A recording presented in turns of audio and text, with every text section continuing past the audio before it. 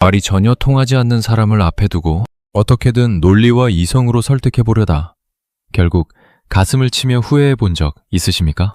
명백한 사실을 눈앞에 들이밀어도 귀를 닫고 자신의 옹고집만 내세우는 사람을 보면 우리는 기어이 그들의 어리석음을 고쳐주려 애를 씁니다. 그것이 상대를 위한 선이라고 혹은 내가 옳다는 것을 증명해야 한다고 믿으면서 말이죠. 하지만 그 기나긴 설득의 끝에 남는 것은 과연 무엇입니까?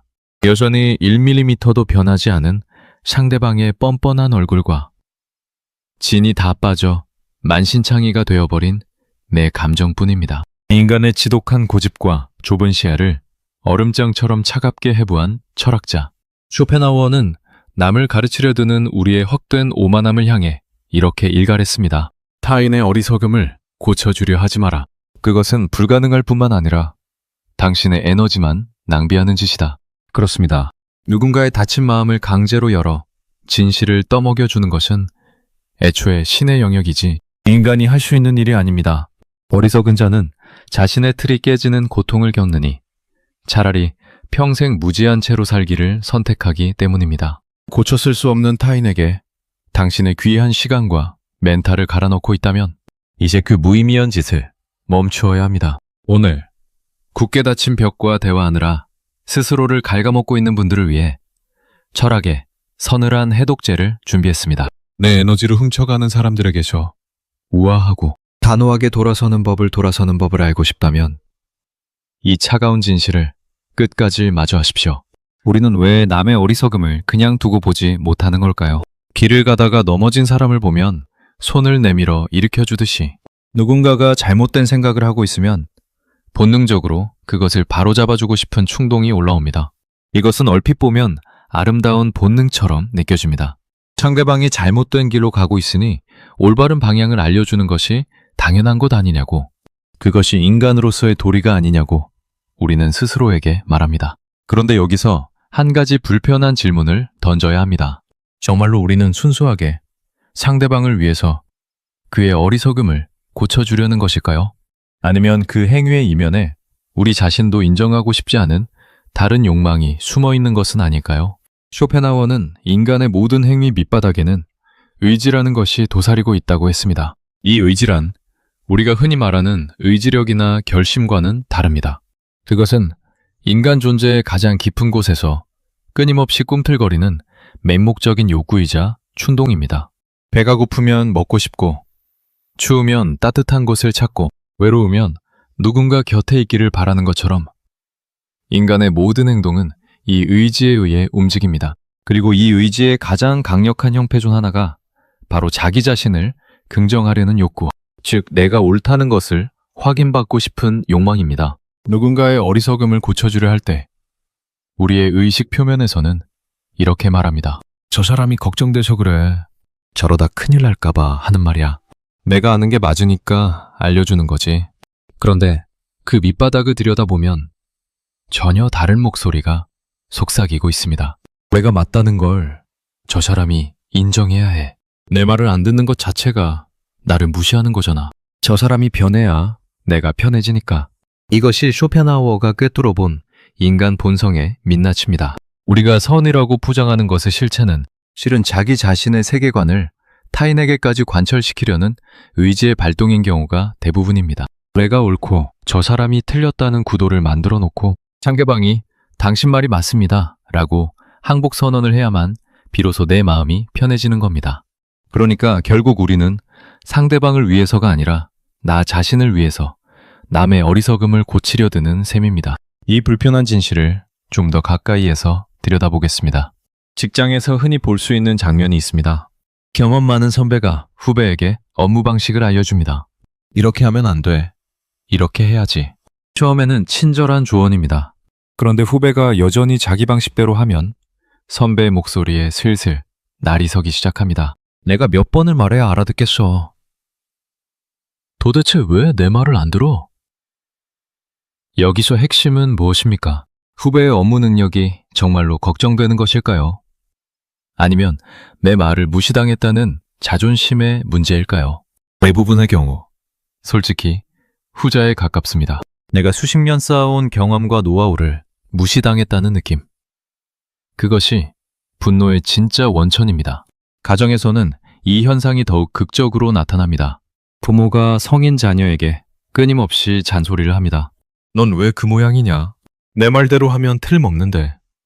왜 고집을 부리느냐? 내가 세상을 얼마나 더 오래 살았는데. 부모의 마음속에는 분명 자녀를 향한 사랑이 있습니다. 그러나 그 사랑의 표현 방식을 자세히 뜯어보면 거기에는 내가 키운 자녀가 내 말대로 살아야 한다는 소유의 의지, 내 인생 경험이 옳다는 것을 자녀를 통해 증명받고 싶다는 확인의 욕구가 단단하게 뿌리를 내리고 있습니다.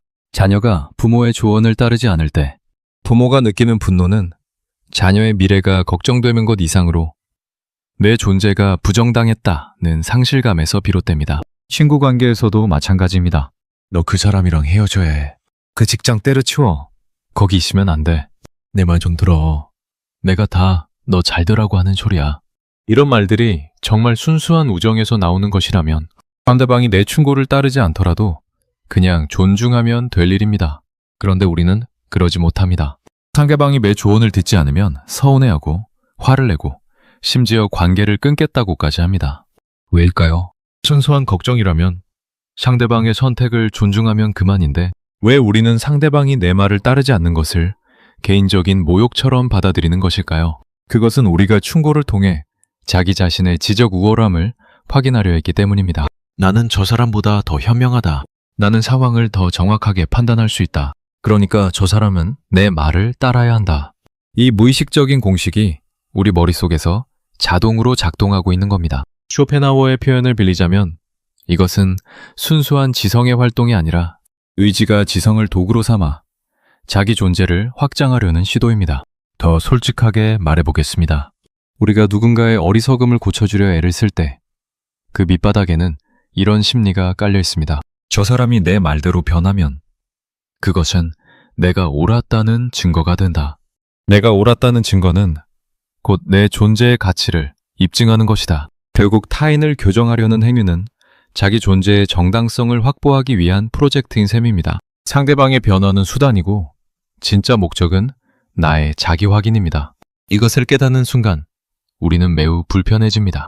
아니 나는 정말 저 사람이 걱정돼서 그런 건데 하고 반발하고 싶어집니다. 물론 걱정의 마음이 전혀 없다는 뜻은 아닙니다.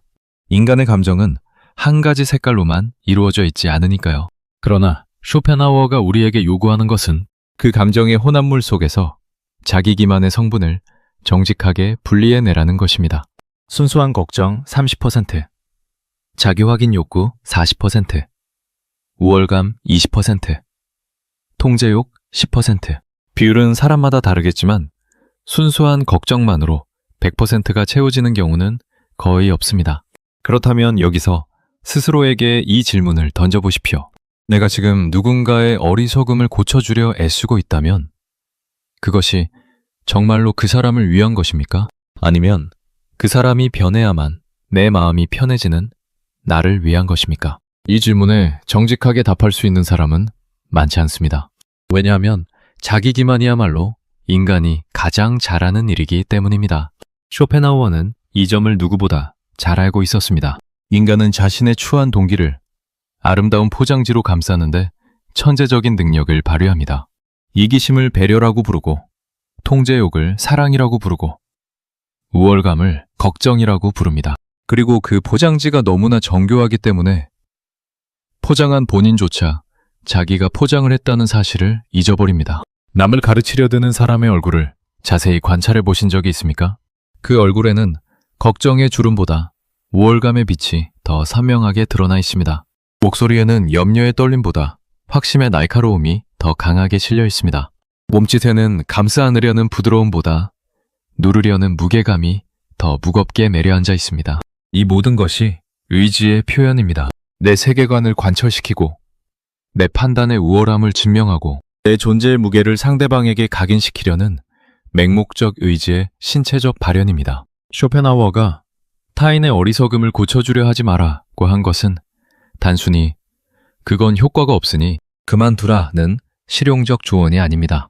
그것은 너 자신이 왜 그런 짓을 하는지부터 정직하게 바라보라는 철학적 명령입니다. 남의 어리석음을 고치려 드는 바로 그 충동 자체가 이미 당신 안에 어리석음이라는 것. 이것이 쇼펜하우어가 우리에게 던진 첫 번째 칼날입니다. 우리는 대부분 이 칼날을 피하고 싶어 합니다. 아니, 나는 달라. 나는 진짜로 저 사람이 걱정돼서 하는 거야. 그렇게 말하면서 다시 고개를 돌려 상대방을 설득하러 갑니다.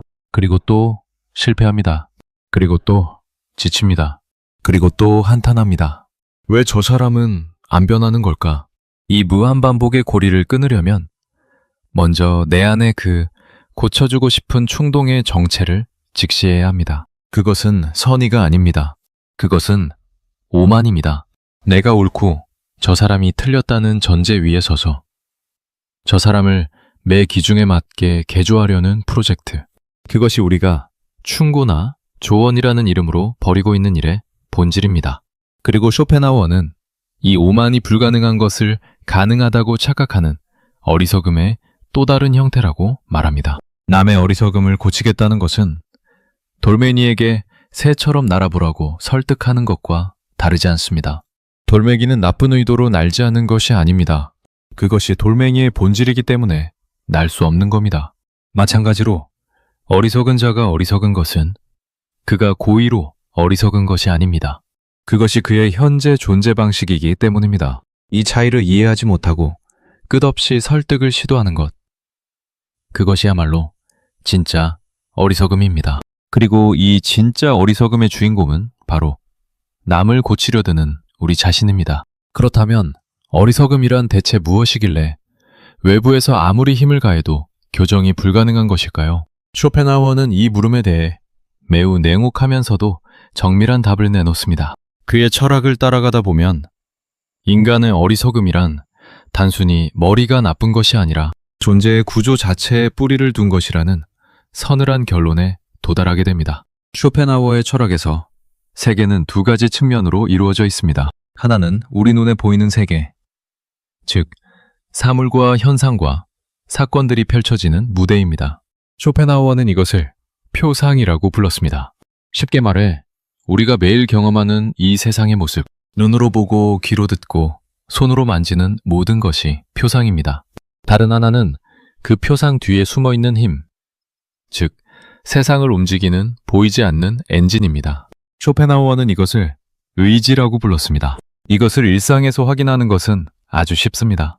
다이어트를 하겠다고 굳게 결심한 사람이 야식 배달 앱을 열면서 오늘은 운동을 많이 했으니까 하나쯤은 괜찮아 라고 스스로를 설득하는 장면을 생각해 보십시오. 먼저 먹고 싶다는 욕구가 올라오고 그 다음에 지성이 총동원되어 오늘은 특별한 날이니까 내일부터 다시 하면 되니까 같은 그럴듯한 변명을 만들어냅니다. 지성은 욕구의 명령을 충실히 수행하는 비서에 불과한 것입니다. 어리석음의 문제도 바로 여기에 있습니다. 어리석은 사람이 진실을 못 보는 것이 아닙니다. 그의 의지가 진실을 보지 않기로 결정한 것입니다. 좀 더 정확히 말하면 그의 의지가 만들어 놓은 세계상, 그가 평생 믿어온 신념의 체계, 그가 자기 자신이라고 여기는 정체성의 틀이 너무나 단단해서 그것을 위협하는 어떤 정보도 자동으로 차단되는 겁니다. 이것은 의식적인 거부가 아닙니다. 의지가 시키는 대로 지성이 자동으로 필터링을 하는 겁니다. 비유를 들어보겠습니다. 어떤 사람이 평생 자기가 살고 있는 집이 세상에서 가장 좋은 집이라고 믿고 살아왔다고 합시다. 그런데 어느 날 누군가가 와서 당신 집 기둥이 썩었습니다. 지붕에 구멍이 나 있습니다. 이 집은 위험합니다. 라고 말합니다. 이때 그 사람에게는 두 가지 선택지가 있습니다. 하나는 그 말을 받아들이고 자기 집이 완벽하다는 믿음을 버리고 수리를 하거나 이사를 하는 것입니다. 다른 하나는 그 말을 거부하고 내 집은 아무 문제 없어. 당신이 거짓말을 하는 거야. 라고 반박하며 기존의 믿음을 지키는 것입니다. 대부분의 사람들이 두 번째를 선택합니다. 왜냐하면 첫 번째 선택은 엄청난 고통을 수반하기 때문입니다. 자기 집이 위험하다는 것을 인정하면 그동안 자기가 위험한 집에서 살아왔다는 것도 인정해야 합니다. 그것은 곧 자기 판단력에 대한 부정이며 자기 인생의 일부에 대한 부정이며 나아가 자기 정체성의 일부에 대한 부정입니다. 이 고통이 너무 크기 때문에 의지는 자동으로 방어 체제를 가동합니다. 지성에게 저 정보를 차단하라는 명령을 내리고 지성은 충실하게 저 사람이 거짓말을 하는 것이다. 저건 과장된 얘기다. 우리 집은 원래 이래도 괜찮은 구조다. 라는 반론을 만들어냅니다. 현대 심리학에서는 이것을 확증 편향이라고 부릅니다. 사람은 자기가 이미 믿고 있는 것을 확인해주는 정보는 적극적으로 받아들이고 자기 믿음에 반하는 정보는 무시하거나 왜곡하는 경향이 있다는 것입니다. 또한 인지 부조화라는 개념도 있습니다. 자기가 믿는 것과 현실의 증거가 충돌할 때 사람은 현실의 증거를 받아들여 믿음을 수정하기보다는 오히려 증거를 왜곡하여 기존 믿음을 강화하는 쪽을 선택한다는 겁니다. 이것은 쇼펜하우어가 200년 전에 이미 철학적으로 간파한 것을 현대 과학이 실험으로 증명해낸 것에 다름없습니다. 그러니까 어리석음이란 지능의 문제가 아닙니다.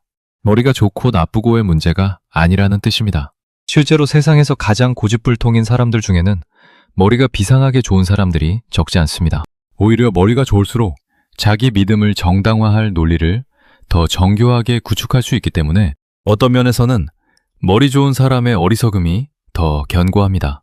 학력이 높은 사람이 음모론에 빠지면 보통 사람보다 훨씬 더 그럴듯한 논거를 가지고 음모론을 옹호합니다. 지성이 의지의 하인이라는 쇼펜하우어의 통찰이 가장 선명하게 드러나는 대목입니다. 이쯤에서 한 가지 불편한 깨달음이 찾아옵니다. 우리가 저 사람은 어리석어 라고 판단할 때 우리 자신은 과연 어리석음에서 자유로운 것일까요?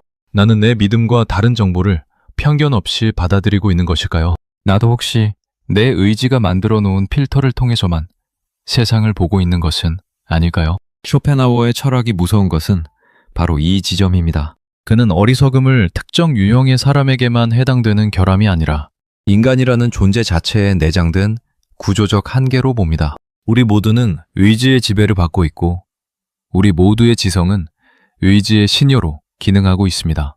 다만 그 어리석음의 영역과 정도가 사람마다 다를 뿐입니다.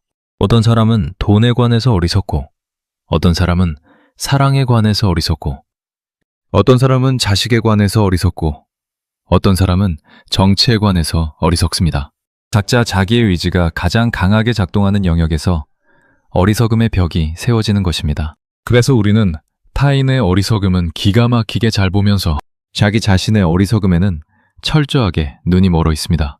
남의 눈에 있는 티끌은 보면서 자기 눈에 있는 대들보는 보지 못한다는 성경의 비유가 정확히 이 구조를 설명하고 있습니다. 쇼펜하우어가 다른 사람의 어리석음을 고치려 하지 말라고 한 것에는 이 이중의 의미가 담겨 있습니다. 첫째, 상대방의 어리석음은 그의 존재 구조에 뿌리를 두고 있으므로 외부에서 교정이 불가능합니다. 둘째, 남의 어리석음을 고치려 드는 당신 자신이 이미 어리석음의 또 다른 형태를 실현하고 있습니다. 이것을 좀 더 구체적으로 살펴보겠습니다. 인간의 성격과 가치관은 어떻게 형성되는 것일까요? 쇼펜하우어에 따르면 인간의 근본적 성격은 선천적으로 주어진 것이며 경험과 교육에 의해 약간의 수정은 가능하지만 본질적인 변화는 불가능합니다. 이것은 매우 비관적인 견해처럼 들리지만 현실을 냉정하게 관찰하면 상당히 설득력 있는 주장입니다. 주변을 둘러보십시오.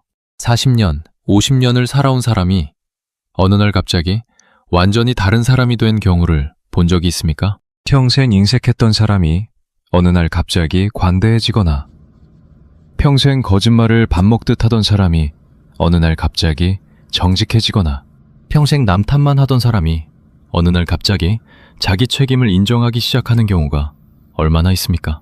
거의 없습니다. 있다 해도 극적인 사건, 예를 들어 죽을 고비를 넘기거나 모든 것을 잃는 파국을 경험한 후에나 가능한 일이지 누군가의 친절한 충고 한마디에 성격이 바뀌는 일은 현실에서는 일어나지 않습니다. 쇼펜하우어는 이 현실을 인정하라고 말합니다. 인간이 근본적으로 변하지 않는다는 사실을 인정하는 것이 첫 번째입니다. 그리고 나서 그 인정 위에 자신의 삶의 전략을 세우라고 말합니다. 변하지 않는 사람을 변화시키려는 헛된 시도에 에너지를 낭비하지 말고 그 에너지를 자기 자신에게 투자하라는 것입니다. 그런데 우리는 이것을 받아들이기가 너무 어렵습니다. 왜냐하면 사람은 변할 수 있다는 믿음이 우리 사회의 기본 전제이기 때문입니다. 교육이 존재하는 이유, 법이 처벌과 함께 갱생을 추구하는 이유, 부모가 자녀를 양육하는 방식의 근거, 이 모든 것이 사람은 변할 수 있다는 전제 위에 서 있습니다. 이 전제를 부정하면 사회 구조 전체가 흔들리는 것처럼 느껴지기 때문에 우리는 본능적으로 쇼펜하우어의 주장에 저항합니다. 하지만 쇼펜하우어가 말하는 것은 인간은 절대 변하지 않는다가 아닙니다. 그가 말하는 것은 당신이 변화시킬 수 있는 것은 당신 자신뿐이며 타인의 변화는 오로지 그 타인 자신의 내적 과정에 의해서만 가능하다는 것입니다. 다시 말해, 변화의 주체는 언제나 그 사람 자신이지 외부의 누군가가 아니라는 겁니다. 우리가 아무리 좋은 말을 해도, 아무리 설득력 있는 논리를 제시해도, 아무리 진심을 담아 호소해도 상대방의 내면에서 변화의 준비가 되어 있지 않으면 그 모든 노력은 허공에 뿌린 물과 같습니다. 인간의 눈은 빛을 받아들이는 기관이지만 눈을 감고 있는 사람에게는 아무리 강한 빛을 비추어도 소용이 없습니다. 쇼펜하우어가 보기에 어리석은 사람은 눈이 없는 사람이 아니라 눈을 감고 있는 사람입니다. 그리고 그 눈을 뜨는 것은 오로지 그 사람 자신의 의지에 의해서만 가능합니다.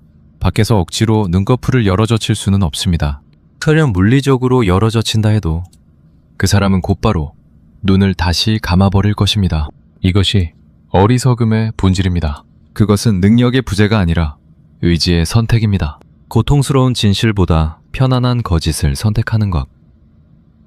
현실의 복잡함을 직면하기보다 자기만의 단순한 세계 안에 머무는 것. 틀에서 벗어나는 두려움보다 틀 안에 갇혀있는 안전함을 선호하는 것. 이 모든 것이 의지의 작동입니다. 그리고 의지는 외부에서 논리로 설득할 수 있는 것이 아닙니다. 논리와 사실로 어리석음을 교정하려는 시도가 왜 실패하는지 이제 이해가 되실 겁니다. 그것은 마치 굳게 잠긴 문 앞에서 아무리 크게 소리를 질러도 문이 열리지 않는 것과 같습니다. 문을 열 수 있는 열쇠는 문 안에 있습니다. 밖에 서 있는 당신은 열쇠가 없습니다. 문을 두드리고 소리치고 발로 차고 온 힘을 다해 밀어보아도 문은 열리지 않습니다. 그리고 그 과정에서 상처를 입고 지치고 주저앉는 것은 문이 아니라 당신입니다. 쇼펜하우어는 이 사실을 200년 전에 이미 간파했습니다. 그래서 그는 말했습니다. 고치려 하지 마라. 그것은 불가능하다. 이것은 냉소가 아닙니다. 이것은 인간 본성에 대한 가장 정직한 진단입니다. 어리석음을 고칠 수 없다는 것을 이해했다면 이제 다음 질문으로 넘어가야 합니다. 고칠 수 없는 어리석음을 기어이 고치려 들 때 그 대가를 치르는 것은 과연 누구입니까? 어리석은 상대방일까요? 아니면 그를 설득하려 애쓰는 당신 자신일까요? 답은 이미 명백합니다. 상대방은 1g도 변하지 않습니다. 그는 여전히 자기 세계 속에서 편안하게 앉아 있습니다. 반면 당신은 온 힘을 다해 벽을 밀다가 진이 빠져 바닥에 쓰러져 있습니다. 이것이 쇼펜하우어가 당신의 에너지만 낭비하는 짓이라고 경고한 것의 구체적인 풍경입니다. 설득의 전쟁터에서 일어나는 에너지 손실은 생각보다 훨씬 광범위하고 파괴적입니다. 단순히 좀 피곤해졌다 정도의 문제가 아닙니다. 그것은 감정, 자존감, 시간, 관계, 건강까지 갉아먹는 전방위적 소모전입니다. 먼저 감정적 소진에 대해 이야기해 보겠습니다.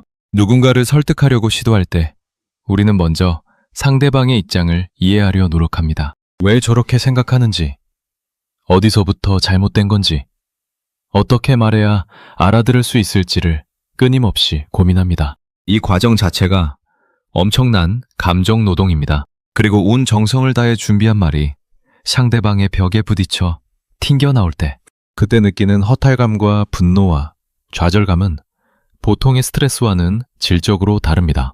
그것은 내 진심이 거부당했다는 깊은 상처입니다. 한번 거부당하면 그래도 다시 시도합니다. 이번에는 다른 방식으로 해보자. 그래서 접근법을 바꾸고 다른 각도에서 설득을 시도합니다. 또 실패합니다. 또 시도합니다. 또 실패합니다. 이 반복 속에서 감정은 급속도로 고갈됩니다.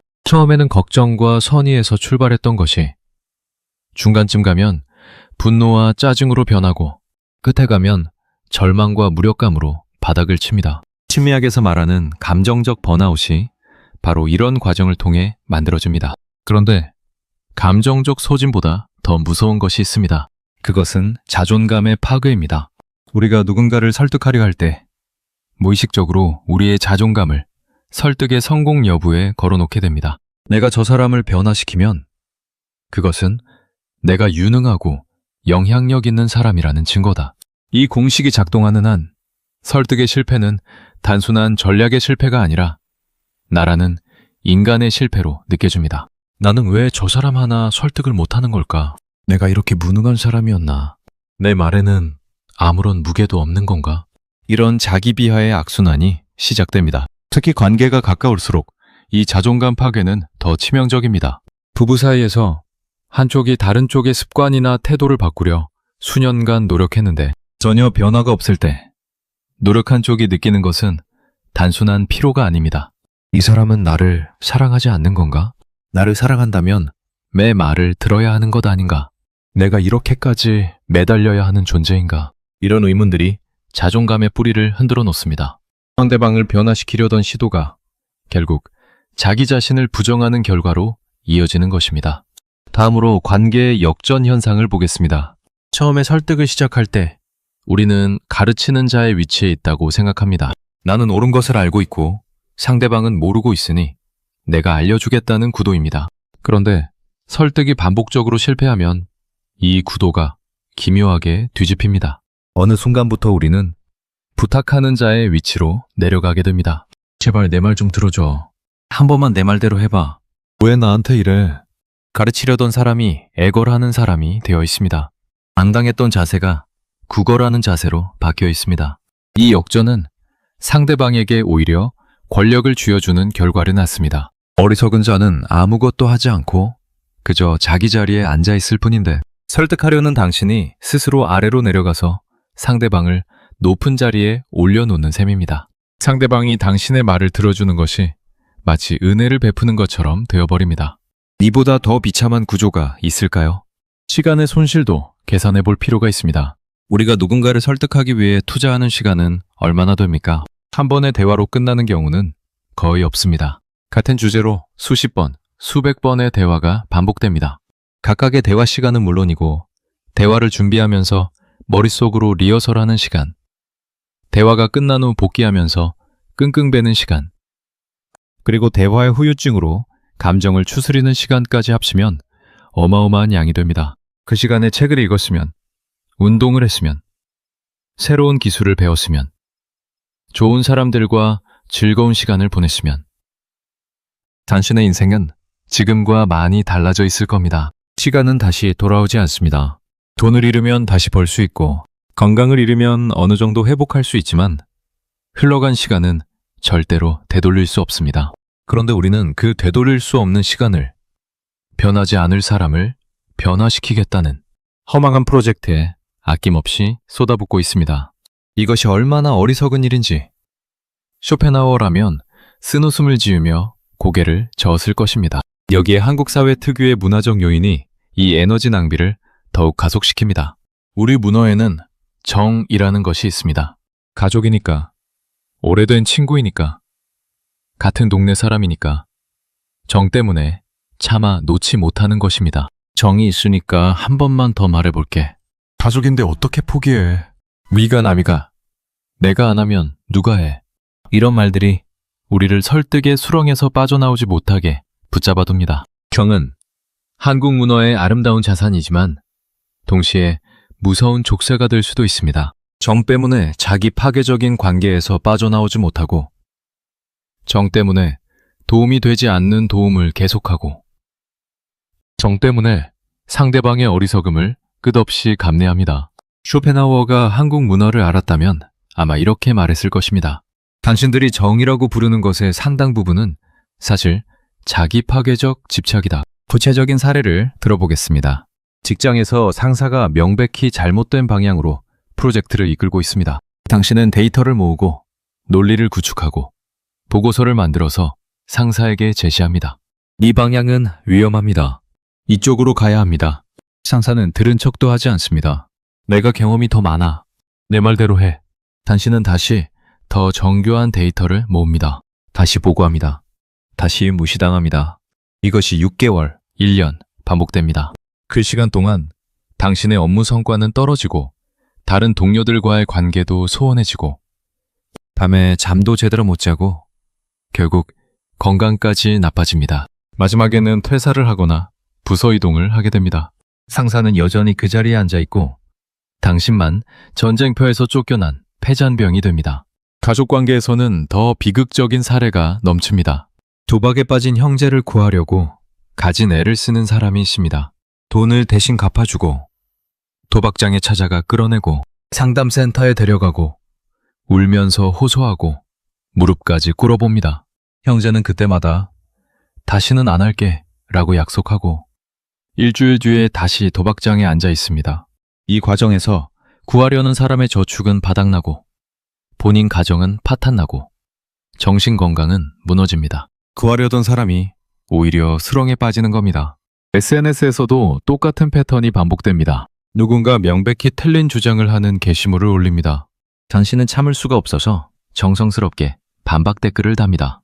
팩트를 제시하고 출처를 밝히고 논리적으로 반박합니다. 상대방은 당신의 댓글을 무시하거나 오히려 인신공격으로 응수합니다. 당신은 또 반박합니다.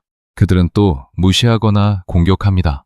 이 댓글 전쟁에 하루 종일 매달려서 결국 해야 할 일은 하나도 못하고 혈압만 올라간 채 침대에 누워 천장을 바라봅니다. 다음날 그 게시물을 다시 확인해 보면 상대방은 아무렇지도 않게 또 다른 틀린 주장을 올리고 있습니다. 당신의 어제 하루는 완전히 징발한 겁니다. 이런 경험을 해보신 분들은 이 질문에 대해 깊이 생각해 보셔야 합니다. 지금 당신이 어리석음을 고치려 애쓰고 있는 그 사람 때문에 정작 당신의 삶에서는 무엇이 사라지고 있습니까? 당신의 평화가 사라지고 있습니까? 당신의 건강이 사라지고 있습니까? 당신의 다른 소중한 관계들이 사라지고 있습니까? 당신의 꿈과 목표를 향해 나아갈 시간이 사라지고 있습니까? 쇼펜하우어의 경고를 다시 들어보십시오. 그것은 당신의 에너지만 낭비하는 짓이다. 이 문장에서 에너지라는 단어는 단순한 체력을 의미하지 않습니다. 그것은 당신이라는 인간이 유한한 생애 동안 사용할 수 있는 모든 자원을 뜻합니다. 감정, 시간, 건강, 관계, 기회, 가능성. 이 모든 것이 변하지 않을 사람을 향해 끝없이 흘러나가고 있다면 그것은 선의가 아니라 자해입니다. 네, 자해라는 표현이 과격하게 들릴 수 있습니다. 하지만 냉정하게 생각해 보십시오. 칼로 자기 살을 긋는 것만이 자해가 아닙니다. 불가능한 것을 가능하게 만들겠다고 반복적으로 자기 자신을 갈아넣는 것도 자해의 한 형태입니다. 물리적 상처는 눈에 보이기 때문에 주위 사람들이 말려줍니다. 하지만 설득이라는 이름의 자해는 눈에 보이지 않기 때문에 심지어 주위에서 격려까지 합니다. 그래도 포기하지 마. 네가 좀 더 노력하면 저 사람도 변할 거야. 이 격려가 실은 당신을 더 깊은 수렁으로 밀어넣고 있다는 것을 아무도 모릅니다. 상대방은 1도 변하지 않았는데 당신만 만신창이가 되어 있다면 이제 멈출 때가 된 것입니다. 아니, 멈출 때가 한참 지난 것입니다. 이 전쟁에서 승리하는 방법은 하나밖에 없습니다. 전쟁을 그만두는 것입니다. 이길 수 없는 전쟁을 계속하는 것은 용기가 아니라 어리석음입니다. 진짜 용기는 이길 수 없는 전쟁에서 돌아서는 것, 그리고 그 에너지를 이길 수 있는 전쟁에 투입하는 것입니다. 쇼펜하우어가 우리에게 알려주려 한 것도 바로 이것입니다. 벽에 대고 소리치는 것을 멈추십시오. 벽은 당신의 목소리를 듣지 않습니다. 벽은 무너뜨릴 수도 없습니다. 당신이 할 수 있는 유일한 일은 벽에서 돌아서서 벽이 없는 방향으로 걸어가는 것입니다. 그리고 그 방향에는 당신이 그동안 돌보지 못했던 당신의 삶이 기다리고 있습니다. 자, 이제 우리는 어려운 지점에 도달했습니다. 남의 어리석음을 고칠 수 없다는 것을 알겠고 고치려 들면 나만 손해라는 것도 알겠는데 그래서 어떻게 하라는 것이냐? 머리로는 이해가 되는데 마음이 따라주지 않는다. 알면서도 못 놓겠다. 이것이 대부분의 사람들이 부딪히는 벽입니다. 쇼펜하우어는 이 벽을 넘는 방법으로 한 가지 개념을 제시합니다. 그것은 체념입니다. 독일어로 resignation, 한국어로 하면 포기, 단념, 혹은 내려놓음 정도로 번역할 수 있겠습니다. 이 단어를 듣는 순간 많은 분들이 거부감을 느끼실 겁니다. 체념이라고요? 포기하라고요? 그건 패배자의 논리 아닙니까? 싸우다 지쳐서 뒤로 물러나는 비겁함이 아닙니까? 바로 이 반발이 우리를 계속 전쟁터에 묶어두는 사슬입니다. 우리 사회에서 포기란 거의 죄악에 가까운 단어입니다. 포기하면 안 돼. 끝까지 해봐야지. 노력하면 안 되는 게 어딨어. 이런 말들을 어릴 때부터 들으며 자랐기 때문에 무엇이든 내려놓는다는 것은 곧 패배를 인정하는 것처럼 느껴집니다. 하지만 쇼펜하우어가 말하는 체념은 패배와 전혀 다릅니다. 그것은 전략적 철수입니다. 전쟁에서 모든 전투를 다 치르는 군대는 없습니다. 유능한 장군은 이길 수 있는 전투에 병력을 집중하고 이길 수 없는 전투에서는 즉시 병력을 빼냅니다. 이것은 비겁함이 아니라 지혜입니다. 불필요한 전투에서 병력을 소모하면 정작 중요한 전투에서 쓸 병력이 남아있지 않기 때문입니다. 인생도 마찬가지입니다. 우리가 가진 에너지, 시간, 감정, 체력은 모두 유한합니다. 무한정 쓸 수 있는 것이 아닙니다. 그런데 변하지 않을 사람을 변화시키려는데 이 귀한 자원을 계속 투입하면 정작 내가 변화시킬 수 있는 것들, 즉 나 자신의 삶을 발전시키는데 쓸 자원이 바닥나버립니다. 쇼펜하우어의 체념이란 바로 이 자원의 재배분입니다. 불가능한 곳에서 빼내어 가능한 곳에 투입하는 것. 이것이 체념의 본질입니다. 이 지혜는 쇼펜하우어만의 것이 아닙니다. 동서양의 현자들이 한 목소리로 같은 말을 하고 있습니다. 스토아 철학의 에픽테토스는 이렇게 말했습니다. 세상의 일들 중에서 내가 통제할 수 있는 것과 통제할 수 없는 것을 구분하라. 내가 통제할 수 있는 것은 오직 나의 생각, 나의 판단, 나의 행동뿐이다. 다른 사람의 생각, 다른 사람의 행동, 자연의 흐름, 세상의 사건들은 내가 통제할 수 없다. 행복의 비결은 내가 통제할 수 있는 것에 집중하고 통제할 수 없는 것에 대해서는 마음을 비우는 것이다. 타인의 어리석음은 명백히 내가 통제할 수 없는 것에 속합니다.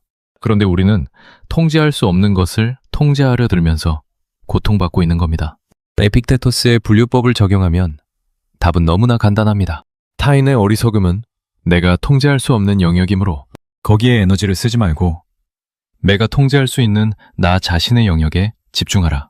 불교에서도 같은 가르침을 찾을 수 있습니다. 부다는 집착이 모든 고통의 뿌리라고 했습니다. 우리가 타인의 어리석음을 고치려 드는 것도 일종의 집착입니다. 상대방이 이래야 한다. 상대방이 변해야 한다. 상대방이 내 말을 들어야 한다. 이 해야 한다의 집착이 우리를 고통의 수렁에 빠뜨리는 것입니다. 부다가 제시한 해법은 놓아버림, 즉 내려놓음입니다. 상대방에 대한 기배를 내려놓고 상대방을 변화시키겠다는 집착을 내려놓을 때 비로소 고통에서 벗어날 수 있다는 것입니다. 니체도 비슷한 맥락에서 중요한 말을 남겼습니다. 니체는 자기 자신의 힘을 가장 효율적으로 사용하는 것이 강자의 특징이라고 보았습니다. 약자는 자기 힘을 사방으로 흩뿌리며 소모하지만 강자는 자기 힘을 한 곳에 집중합니다. 남의 어리석음에 반응하여 에너지를 낭비하는 것은 약자의 행동입니다. 남의 어리석음에 흔들리지 않고 자기 길을 가는 것이 강자의 행동입니다. 이처럼 동서양의 철학이 일치하여 가리키는 방향은 같습니다. 바꿀 수 없는 것에 매달리지 말고 바꿀 수 있는 것에 집중하라. 이것이 체념의 지혜이며 포기가 아니라 선택의 지혜입니다. 그렇다면 이 지혜를 일상에서 구체적으로 어떻게 실천할 수 있을까요? 첫 번째로 해볼 수 있는 것은 3초의 침묵입니다. 상대방이 어리석은 말이나 행동을 했을 때 즉시 반응하지 않고 3초만 입을 다물어 보는 겁니다. 이 3초 동안 스스로에게 이 한 가지 질문을 던지십시오. 이 사람에게 지금 내가 무슨 말을 해도 이 사람이 변할 가능성이 있는가? 대부분의 경우 답은 없다입니다. 그 답이 나오면 입을 다문 채로 그냥 지나가십시오.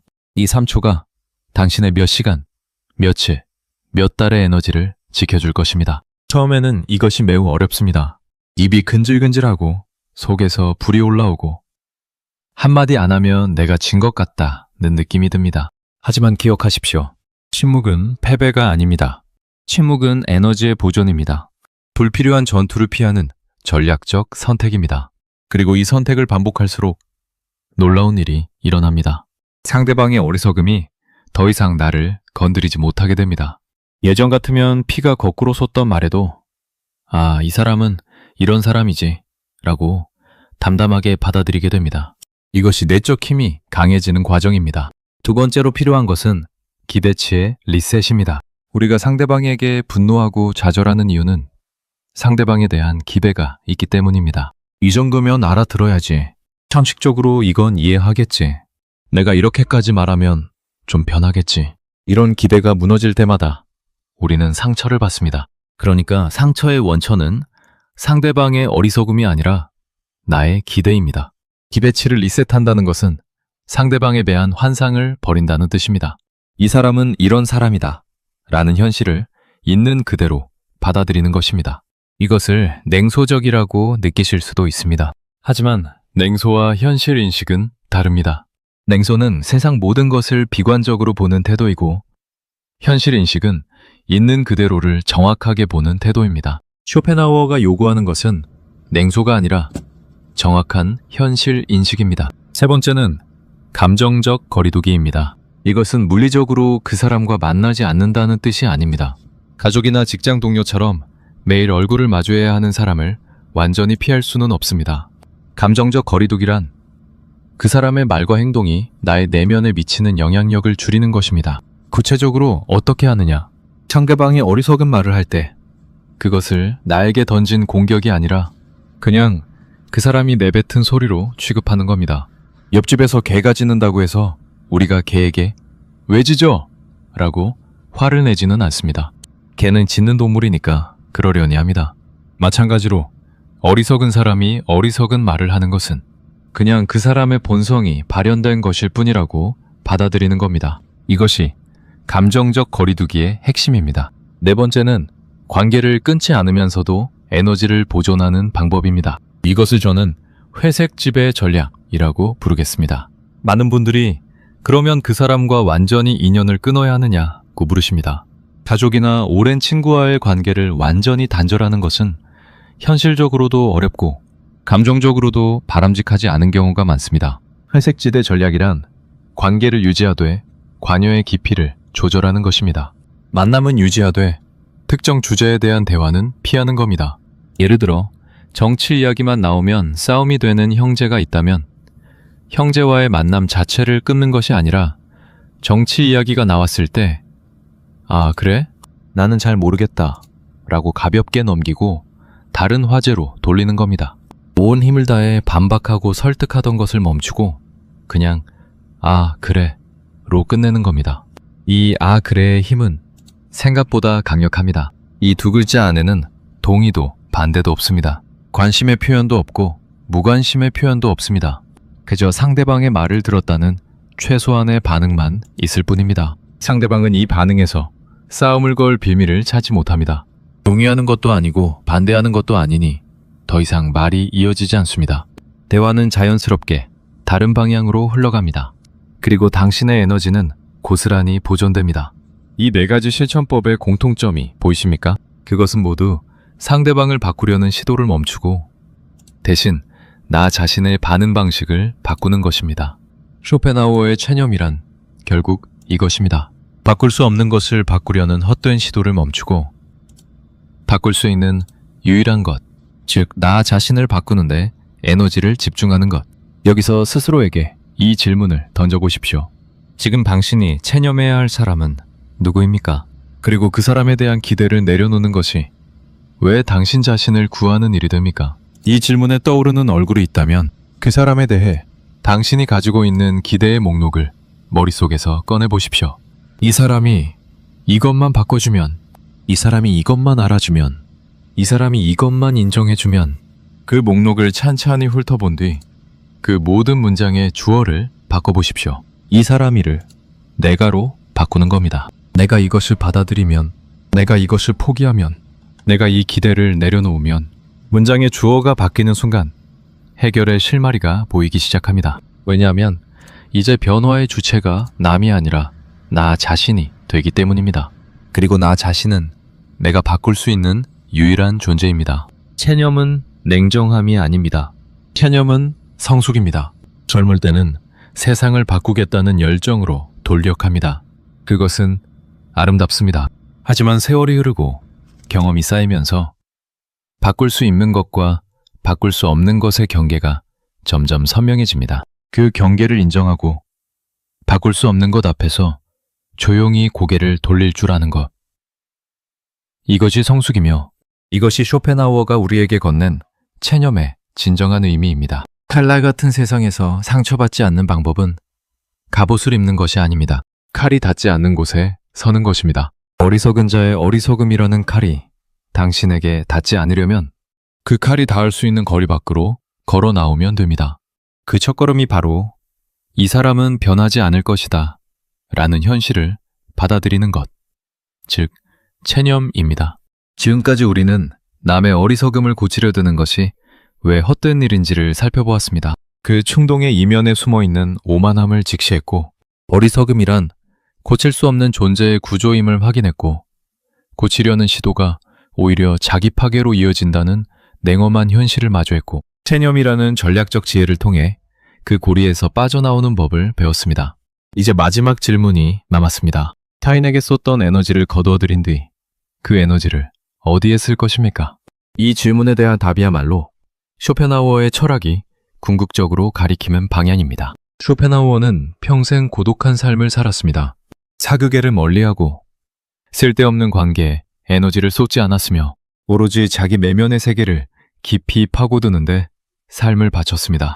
그를 세상과 담을 쓴 괴팍한 은둔자로 볼 수도 있지만 다른 각도에서 보면 그는 자기 에너지를 가장 효율적으로 사용한 사람입니다. 바꿀 수 없는 타인에게 에너지를 허비하는 대신 바꿀 수 있는 자기 자신의 사유와 저작에 모든 것을 집중했고 그 결과 200년이 지난 지금까지도 읽히는 위대한 철학을 남겼습니다. 물론 우리 모두가 철학자가 될 필요는 없습니다. 쇼펜하우어의 삶에서 배울 것은 그의 직업이 아니라 그의 원칙입니다. 외부의 소음에 에너지를 빼앗기지 말고 자기 내면으로 돌아가라. 남을 바꾸려는 헛된 전쟁에서 손을 떼고 자기 자신의 삶을 가꾸는데 그 힘을 쓰라. 이것이 실제로 어떤 변화를 가져오는지 상상해 보십시오.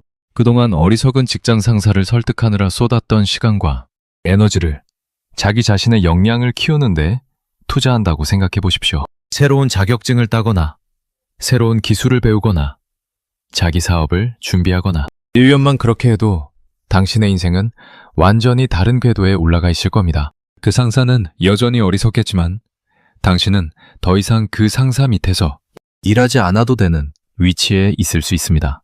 도박에 빠진 형제를 구하려고 갈아넣던 에너지를 자기 자신의 가정을 더 단단하게 만드는 데 쓴다고 상상해 보십시오. 배우자와 더 많은 시간을 보내고 아이들과 더 깊은 대화를 나누고 가정의 재정을 안정시키고 형제의 도박은 여전하겠지만 적어도 당신의 가정은 무너지지 않고 서 있을 겁니다. SNS에서 댓글 전쟁을 벌이던 시간을 운동하거나 산책하거나 좋은 음악을 듣거나 오래된 친구에게 안부 전화를 하는데 쓴다고 상상해 보십시오. 인터넷 세상의 어리석은 의견들은 여전히 넘쳐나겠지만 당신의 하루는 훨씬 더 풍요롭고 평화로운 것이 될 겁니다.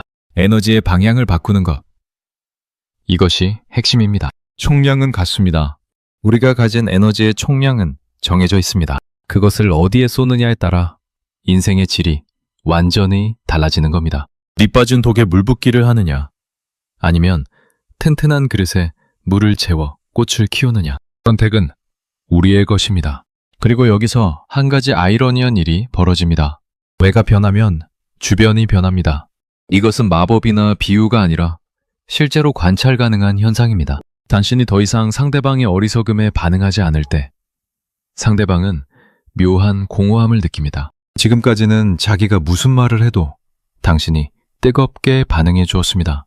반박하고 설득하고 화를 내고 울먹이며 호소하고 상대방은 이 반응에 익숙해져 있었습니다. 어떤 면에서 상대방은 당신의 반응을 통해 자기 존재감을 확인하고 있었던 겁니다. 그런데 어느 날부터 당신이 아무 반응도 하지 않습니다. 아, 그래. 끝입니다. 더 이상 뜨거운 반응이 없습니다. 이 변화는 상대방에게 처음으로 자기 자신을 돌아볼 기회를 줍니다. 지금까지는 당신이 반응해 주었기 때문에 자기 행동의 결과를 직면할 필요가 없었습니다. 당신이 대신 고통받아 주었으니까요. 하지만 이제 당신이 반응하지 않으면 자기 행동의 결과가 고스란히 자기 자신에게 돌아옵니다. 그것이 변화의 씨앗이 될 수도 있고 아닐 수도 있습니다. 중요한 것은 그 변화가 일어나든 일어나지 않든 당신은 이미 자유라는 것입니다. 이것이야말로 진짜 의미의 도움입니다. 상대방의 어리석음을 대신 짊어져 주는 것이 도움이 아닙니다. 상대방이 자기 어리석음과 직접 마주할 수 있도록 한 발짝 물러나 주는 것이 진짜 도움입니다. 부모가 아이의 숙제를 대신해 주는 것이 도움이 아니라 아이가 스스로 씨름하도록 기다려주는 것이 도움인 것처럼 말입니다. 특히 50대 이후의 삶에서 이 지혜는 더욱 절실해집니다. 인생의 전반전이 끝나고 후반전에 접어들었을 때 우리에게 가장 소중한 것은 무엇입니까? 남은 시간의 질입니다. 앞으로 남은 시간이 무한하지 않다는 것을 체감하기 시작했을 때 그 한정된 시간을 누구에게 쓸 것인가, 어디에 쓸 것인가의 문제가 인생에서 가장 중요한 결정이 됩니다. 젊을 때는 시간이 무한한 것처럼 느껴집니다. 그래서 마음껏 낭비해도 괜찮다고 생각합니다. 하지만 나이가 들수록 시간의 소중함이 뼈에 사무칩니다. 어리석은 사람과 입씨름하는데 하루를 보내고 나면 오늘 하루도 그렇게 갔구나 라는 탄식이 젊을 때와는 비교할 수 없이 무겁게 다가옵니다. 그 하루는 다시 돌아오지 않기 때문입니다. 건강도 마찬가지입니다. 스트레스가 건강에 미치는 영향은 나이가 들수록 더 커집니다. 젊을 때는 밤새 스트레스를 받아도 한숨 자고 나면 회복됩니다. 하지만 50대, 60대가 되면 스트레스가 곧바로 혈압으로, 불면으로, 소화불량으로, 심지어 심혈관 질환으로 연결됩니다. 어리석은 사람 하나 설득하려다 건강을 잃는다면 그것은 너무나 어리석은 거래입니다. 노년의 평화를 위해서도 관계 정리는 필수적입니다. 모든 사람과 좋은 관계를 유지하겠다는 것은 아름다운 이상이지만 현실적으로 불가능합니다. 특히 에너지를 빼앗아가기만 하고 돌려주지 않는 관계, 만날 때마다 스트레스만 안겨주는 관계, 변하지 않는 어리석음으로 당신을 지치게 만드는 관계가 있다면 그 관계의 비중을 과감하게 줄여야 합니다. 끊으라는 것이 아닙니다. 이줌을 줄이라는 것입니다. 만나는 횟수를 줄이고 대화의 깊이를 조절하고 감정적 투자를 최소화하는 것입니다. 그 대신 그 에너지를 자기 자신에게 투자하십시오. 오래전에 하고 싶었지만 미뤄두었던 것들을 시작하십시오. 배우고 싶었던 악기, 가보고 싶었던 곳, 읽고 싶었던 책, 만들고 싶었던 작품, 남을 고치려 쓰던 시간과 에너지를 자기 자신을 가꾸는 데 돌려놓을 때 인생의 후반전은 전반전과는 비교할 수 없이 풍요로워집니다. 그리고 마지막으로 이 질문을 스스로에게 던져보십시오. 오늘부터 당신이 놓아주어야 할 사람은 누구이고 그 사람에게 쏟던 에너지로 당신은 무엇을 시작하시겠습니까? 쇼펜하우어의 말을 다시 한번 가슴에 새기겠습니다. 타인의 어리석음을 고쳐주려 하지 마라. 그것은 불가능할 뿐만 아니라 당신의 에너지만 낭비하는 짓이다. 이 한 문장 속에 인간관계의 거의 모든 고통에 대한 해독제가 들어있습니다. 바꿀 수 없는 것을 바꾸려 애쓰는 것이 고통의 원천이고 바꿀 수 없는 것을 내려놓는 것이 평화의 시작입니다. 타인의 어리석음을 고치는 유일한 방법은 고치려 하지 않는 것입니다. 이것은 역설처럼 들리지만 지금까지의 이야기를 따라오신 분들은 이것이 역설이 아니라 진실이라는 것을 이미 느끼고 계실 겁니다. 고치려 하지 않을 때 비로소 우리는 타인의 어리석음이라는 감옥에서 풀려납니다. 그리고 그 자유 속에서 진정으로 의미 있는 삶, 즉 나 자신의 삶을 살기 시작합니다. 어리석은 사람에게 빼앗기고 있는 당신의 시간과 에너지와 감정을 오늘 이 순간 되찾으십시오. 그리고 그것을 세상에서 유일하게 바꿀 수 있는 존재, 바로 당신 자신에게 돌려주십시오. 그것이 쇼펜하우어가 200년의 시간을 건너 오늘 당신에게 전하는 메시지입니다.